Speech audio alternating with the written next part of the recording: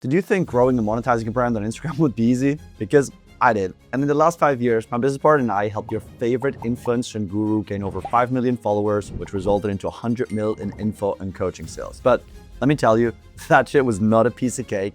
And there's a lot of things I wish I would have done sooner and would have done a lot smarter. So to help you grow your Instagram and use it to scale your info and coaching business 10 times easier, here's 30 things I learned that will help you not only grow your audience on Instagram, but also use that to directly gain customers for your info and coaching business and predictably turn strangers into high-ticket customers. Number 1, ignore all the hacks. One of my closest friends once experienced a severe weight loss as a result of an injury playing tennis, and he struggled for years to get rid of that weight. And every time I spoke to him, he would tell me about the latest hack that would help him lose 20 pounds in a month or make him lose weight easy as fuck. But spoiler alert, none of those hacks actually worked.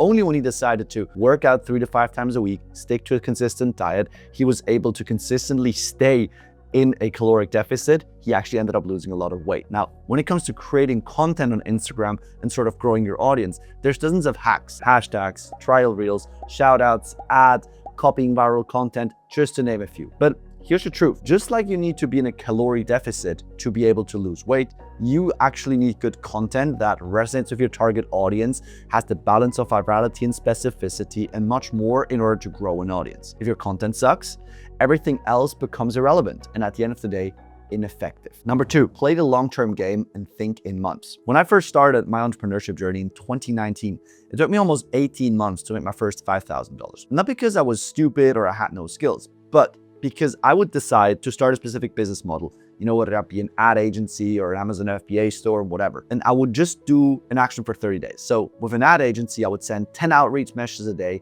but I would quit after 30 days because I wasn't making 10K per month and I felt, well, this model isn't working for me. Only when I made a commitment to stick with one business model for 3 to 6 months and properly see things through, I started to get results. Now, I speak to so many business owners on a day-to-day basis who do this exact thing when it comes down to marketing. And so they actually come from a direct response marketing. They post 5, 10, or even 20 pieces of content. They don't go viral or build, a massive audience. And then they just tell themselves, oh, this doesn't work for me. And they quit, right? Building a personal brand is a long-term game. You won't see an immediate ROI right off the back. But if you stay consistent and committed for 3, 6, or even 12 months, the rewards will start to become exponential. Number 3, less is more. Now, when I was in college, I had the dream of being a professional tennis player. And at one point, I felt like I had a window, which meant I was training, 3+ times every single day. But for some reason, the more I trained, I was hitting a wall more and more, and I was struggling to progress more and more. And I just couldn't get any improvements, no matter how hard I trained. And so one day, my coach told me to cut my sessions into a third, and essentially just do 1 session per day and enter that session with a clear-cut intention and goal in mind. I reluctantly ended up listening, but within a matter of weeks, my issues from not being able to break through a performance barrier or feeling burned out the whole time were resolved, and I was actually continuing to progress with these. The lesson here is simple. Everyone believes the Hormozi phrase of volume negates lux, which I agree with it in part, but especially when you're starting out, doing less but doing it with a clear intention is a lot more effective than just to spam 3 times a day. Some people, they just post 3 times a day, have half a dozen clipping accounts, and they try to be this full-time influencer, right? But they don't really see anything. For us, the best way to build your personal brand is to post 4 to 7 times a week, but play with high intent content. Number 4, you don't want to play the comparison game. I will never forget when the first time we ever hit $100,000 in a single month with our agency. We worked day and night for 2+ years to hit it, right? But when we actually did it, neither me nor my business partner were happy because we just saw someone, how they hit 300K in a single month with their agency. And 2 weeks later, we met Jeremy Haynes, who was doing, close to $1 million with his agency. And so it wasn't until we realized that these individuals had been in the game much longer, we realized that the whole comparison almost robbed us of this massive joy of hitting a big number. I personally, just like many others, have fallen victim to the comparison game numerous of times. I would stop posting content because I saw someone else go viral within 5 posts when I had posted 50+ times and not even cracked 10,000 views once. But it's key to understand that not everyone's journey is the same. And when you just focus on yourself is when you're on path to see the most success in the shortest amount of time. Number 5, you're gonna be more than just a content creator, right? If I say coffee, you think of Starbucks. If I say phone, you think of Apple. If I say basketball shoes, you probably think of Jordans. If I talk about selling a course, you probably think of Imam Ghazi. The best brands and the best creators are so good that they become synonymous in your head with a particular thing. And so when you're creating content, you want to make sure that all your content falls under one big picture umbrella. So for example, when somebody mentions your name, people say, oh, that's the XYZ guy. For example, everyone knew Iman as the SMMA or boutique SMMA guy, and now he's known as sort of the core seller finder boss. You want to achieve the same thing for your brand. Number 6, not all publicity is good publicity. We had a client video go extremely viral and get over 3 million views, which sounds awesome, right? In theory, but here's the catch. That exact video led to the client losing 2,000 followers, only generating 1 sale and getting 3 refunds. Why? Because the content topic actually infuriated his ideal demographic. You know, a lot of business owners think that when they start posting their personal brand, they're like, all attention is good attention. I just need to go viral and get more views. And yes, for the most part, getting a lot of views, getting exposure is good. But what you don't understand is your target audience and what they like and dislike. Because if you can actually negotiate around that, you'll only attract the right people and you appease to the right people instead of rejecting the right people. Now, number 7.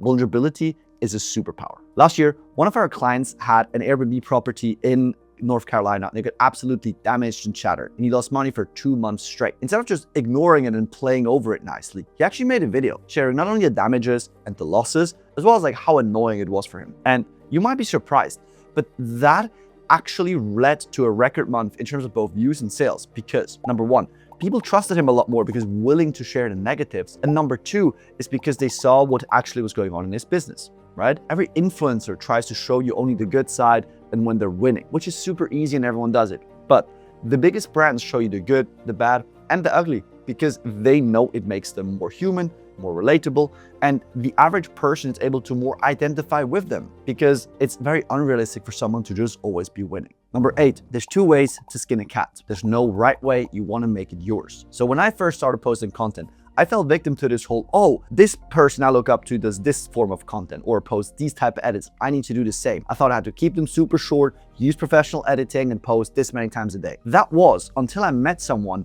who was getting millions of views with 0 editing and 2-minute long reels. And that's when I kind of realized there's only multiple ways, kind of all ways lead to Rome, right? You got to understand that every person is different. And so you got to find the editings, the styles, the formats that you are excited to create and feel comfortable with, because that's most likely where your biggest progress comes from. And number 9, you are the niche. The biggest brands like Iman, Hormozi, Cody Sanchez, they understand one thing. Before people care about your opinions, your views, your beliefs, and all of that stuff, you want people to buy into who you are. The reason Iman has such a cult-like following is because people really like his journey they're related with on a personal level before they cared about his advice on AI or his self-development stuff. And so selling people on your story and credibility is one of the easiest way to build a cult-like following, because once you sell them on who you are, they care about your favorite cornflakes, your favorite perfume, and all of that stuff.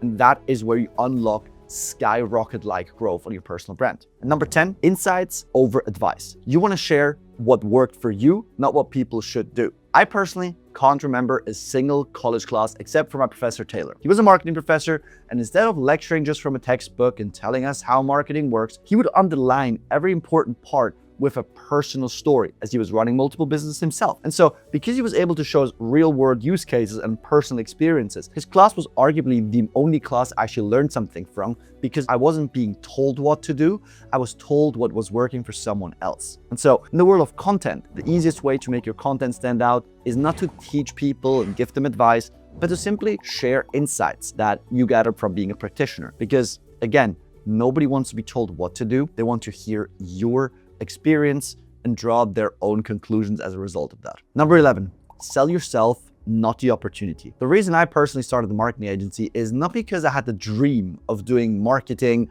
or fell in love with the art of creating content when I was 5 years old, right? It's also not because I was a marketing major or felt really passionate about the topic. It's because I saw a certain guy called Imam Ghazi show how, he was not living a good life and how he's living a good life now, and how his life drastically changed thanks to him starting a marketing agency. In 2026, people no longer buy products or brands. They buy from people they know, like, and trust. And so the easiest way to make people know, like, and trust you is to share your story of how you went from point A to point B and show people how a business model, a diet, or just a dating strategy helped you transform your life. Again, you sell the outcome, not essentially the business model. Number 12, you want to create with a specific purpose. Different goals, they lead to different approaches. I signed up for a half marathon at the end of this month. And I asked ChatGPT to help me create a running plan and told me to run 3 times a week. However, when I went back and asked it to create a plan based on my goal of running it in 1 hour and 45 minutes, the output was completely different because once again, the goal of just completing a marathon and completing it in a specific time require a different approach. So the same thing with content. Before you try and go out there and rack up as many views as possible, get clear on what your goal actually is. Do you want to just become an influencer and do brand deals? Do you want to sell a software for accountants? Or what exactly is your target? Because based on what you're trying to achieve, the approach will be massively different. Number 13, likes ain't cash. There's 2 famous influencer examples that everyone should know about. One is a female creator that has 1.6 million followers. And when she tried to launch her own clothing line, she couldn't sell 50 t-shirts. And there's the famous Hormozi example, had less than 1,000 followers, but was making over $1 million every single year because her content was extremely specific to an ICP. The lesson here is simple. You want to create content that attracts your ideal demographic. You can either get 1 million views and millions of followers of people who don't care about your product or service or what you have to offer, or you can have a smaller niche demographic that is very clearly intending or aware of what you're selling and interested in doing so. And at the end of the day, do you want to get views or do you want to get paid? Number 14, content and ads are the same thing. Everyone's trying to copy the content that Iman, Hormozi, or other thought leaders are putting out there. But then they're super surprised why nobody gets any views or why they only get broke leads. The key is this.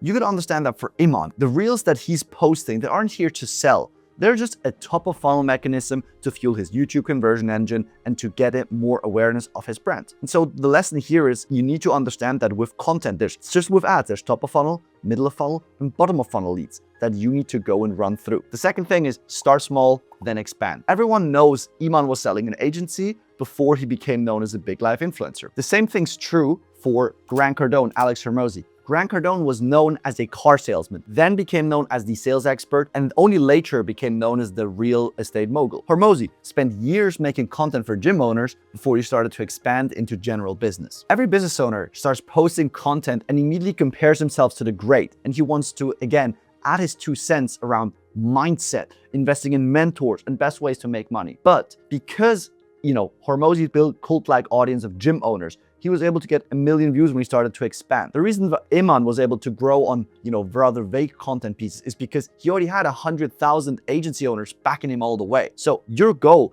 is to really start small, dominate a niche, make people fall in love with you, and then gradually start expanding. Number 16, obsess over hooks. We posted the same video 2 times. The first time it got 24,000 views and the second time it got 2.4 million views. The only thing that we changed was the hook, which are the first 5 to 10 words. Again, the average person in 2026 has an attention span of a goldfish and consumes over 100 content pieces every single day. And so to capture the viewer's attention, your hook, which is kind of what you say or what you show people in the first 3 seconds, has to extremely stand out. And since Instagram starts to optimize heavily for viewer retention, your hook will drive 80% of all results, which means coming up with a hook, you need to be able to speak directly to your target demographic, have a clear value proposition of value that has in it, because otherwise you're gonna be stuck in a 1,000-view jail. Number 17, going viral is not the answer. I just showed you how to change the hook and how it can affect the reach a video gets. But here's something that's even crazier. We had cases where a client would have 100,000 videos, and so would a different client on a different video.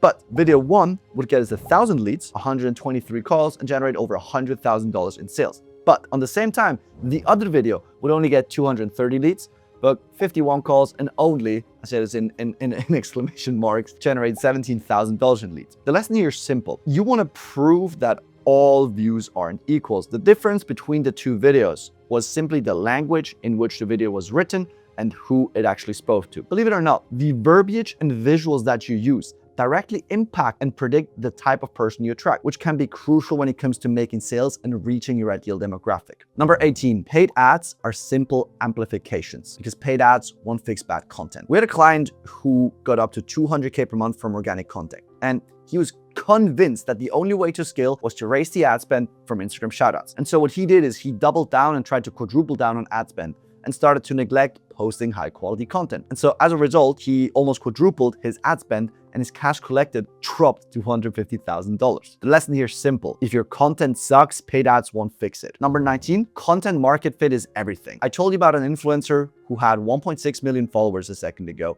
and failed to sell out her t-shirt collection of 50 t-shirts. The issue is here. 80% of the audience were males, none of which wanted to buy female t-shirts. Now, later on, that same influencer pivoted and sadly decided to launch an OnlyFans. And when she did that, she made over $1 million in record time. The only thing that changed for her was sort of the fit between the audience she was attractive and the product she was selling. Now, you might already have a product market fit, but when creating content, you want to keep in mind, in order to have your content that can go viral and bring in qualified buyers, you need content market fit, which essentially means your content that you're posting resonates with the right audience, and who you want to be resonates with the people you try to attract. Number 20, don't copy other people too directly. A lot of creators, they spread the narrative that the easiest way to blow up on Instagram is to just find your competitors, take their best performing piece of content, and steal it. The truth of the matter is this might work, but it doesn't in the long run because you just become a second X. And when you're second to someone, you're never gonna be first.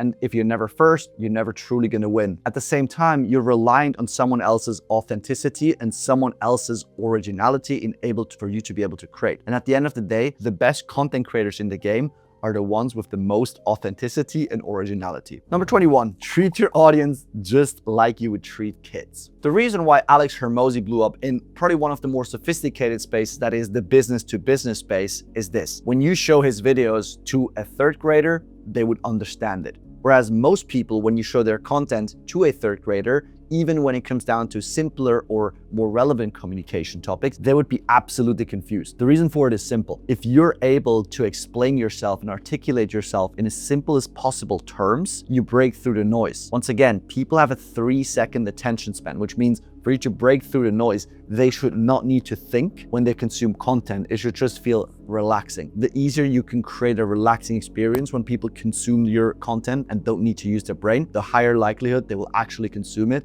and spark your retention rate. Number 22, you want to create a trademark style. We had the whole Iman Gadzhi edits, we had the Alex Hormozi thumbnail styles, and we had the Andrew Tate clipping method. And all of those that have combined is for their content to stand out, right? They need visual elements or some general component that triggers familiarity. Because every time you see it, be like, oh, that's an Iman Gadzhi video. It can be simple things such as brand colors, background, clothing and accessories you wear, or a specific editing or format style. But the moment you can trigger people's memory and basically say, oh, this is an XYZ video, I like those, that's the moment where your attention will go drastically up, because consuming content for people from a familiar face feels a lot safer than consuming content from a stranger, because you know what you're gonna get. Now, number 23 is make your headlines crazy clear. The average human has an attention span of less than 3 seconds, which again means within 2 to 5 words, you need to give them enough reasons to give a shit about watching the rest of your content piece. And so 80% of your time should be spent finding a hook that stops the scroll, because otherwise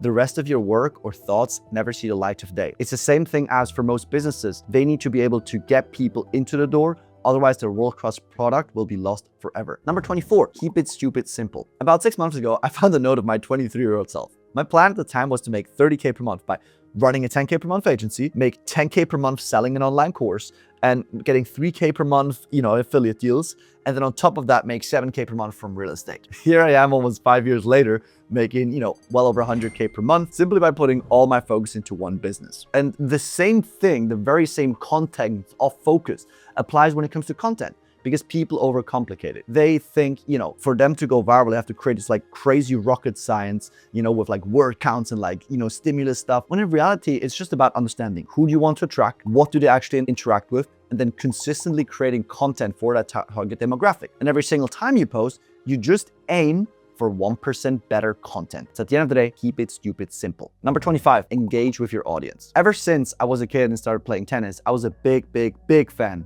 of Roger Federer. I mean, how could you not? But then one day, I got to watch him live in a tournament. And as he exits the court after his match, I'm standing there screaming and waving my t-shirt for him to sign. And he just walked straight past me, leaving me absolutely devastated. And, after that incident, I still loved watching him, but I started to take affinity to other guys a lot more, because that kind of lack of engagement killed my ambition. And the audience on Instagram feels the exact same way you do, because if they like your comment, they drop Q&A polls, they comment on your post, they send you a DM, and they just get an automated DM response or a robotic setter feeling out or no response to their comments, they don't feel valued. And at the end of the day, you want to give your audience chances to interact with them, because those people, if responded to or interacted with, will feel a lot seen and continuously continue to support you and kind of be your like top 1% fan, which if you have a bunch of 1% fans, it'll make you a lot more easier to go viral. Number 26, you want to share a bunch of social proof frequently. Let's put it this way. You see two men at the corner of the street screaming the exact same sentence.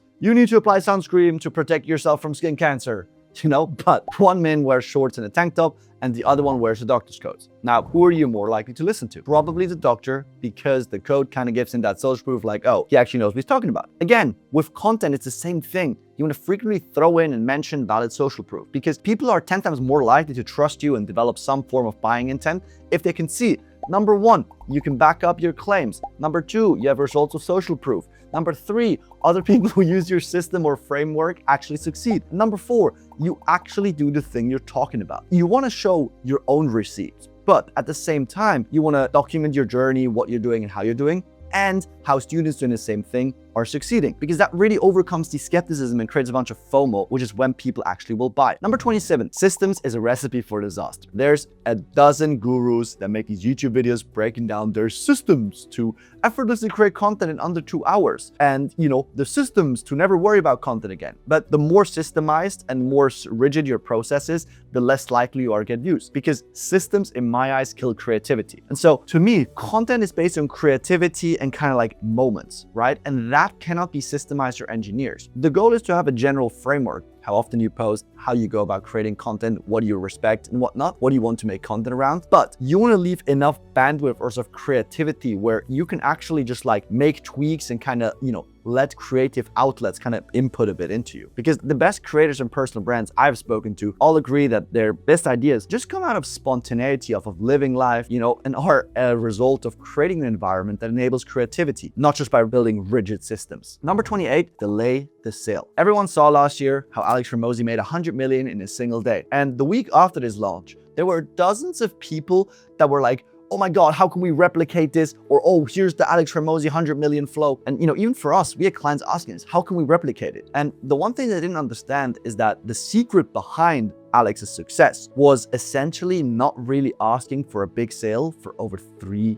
years. Most business owners and personal brands, they create content for the sole purpose of asking for a sale. They literally create and immediately ask for it, right? And more often than not, the lack of patience in building up some goodwill before asking for the sale, it actually results in their content not performing as well. When you look at Gary Vee, he said it best. You want to give before you throw a right hook, okay? And so I personally like to think that we have a 3-to-1 ratio from value to selling, because people don't mind being sold to, as long as they feel they got much more value before being asked to do something. Number 29, the money is in the DMs. We recently had a client that made all of its revenue from only ever selling through the VSLs or webinars. But month over month, his revenue was rapidly declining, most likely because the traffic was cooked or webinars are becoming more saturated. And so we stopped promoting, sort of the webinar, we removed the VSL, and all we did was this. We funneled all of his traffic into the DMs, which we were like, hey, look, we'll put them in the DMs,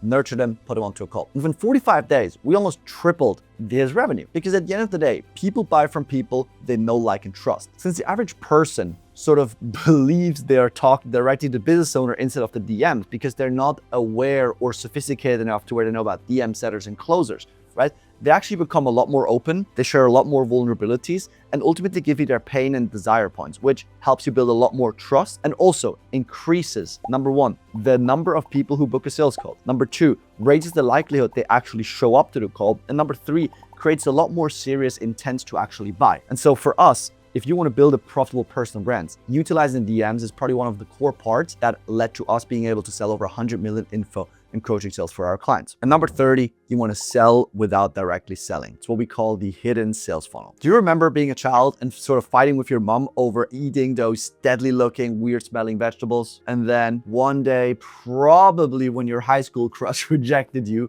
leaving you feel all ugly, and you basically went to hit the gym to kind of cope with your bruised ego. You started to look at, oh, these broccolis have, a lot of healthy nutrients, they have some proteins and whatnot. And you start to realize the good green stuff is actually healthy. And now you could actually start eating it. That is really how, good creators type of sell. Instead of just pushing something onto someone, they give enough good information away, or they share enough good stories where they don't need to shove their product down the prospect's throat, like, vegetables when we were kids. But instead, people actually start to see, wow, this is actually a really good way to make money, or this is a good way to overcome my product, right? And so when you do that, on top of giving them free sales assets like free trainings, PDF guides, and all of that stuff, you kind of give them incentives to reach out, which means they sell themselves onto wanting to learn more about what it is you're doing. And the moment you're able to do that, that's exactly when you're able to, sort of crack them open and essentially be able to get them interested into buying from you. This is really everything that I've kind of learned. I know this is very condensed into like, a 20-30 minute video, but if you want to learn more specific lessons or, in-depth trainings on how to grow your personal brand, generate leads off of your content, and actually consistently turn strangers into high-performing customers, then please like this video, subscribe. And if you're a business owner looking to kind of leverage our Instagram proven content funnel into your business for themselves, click the link below. We'll have a chat, see if and how we can help. With that being said, I hope this video was valuable to you, and we'll chat to you soon.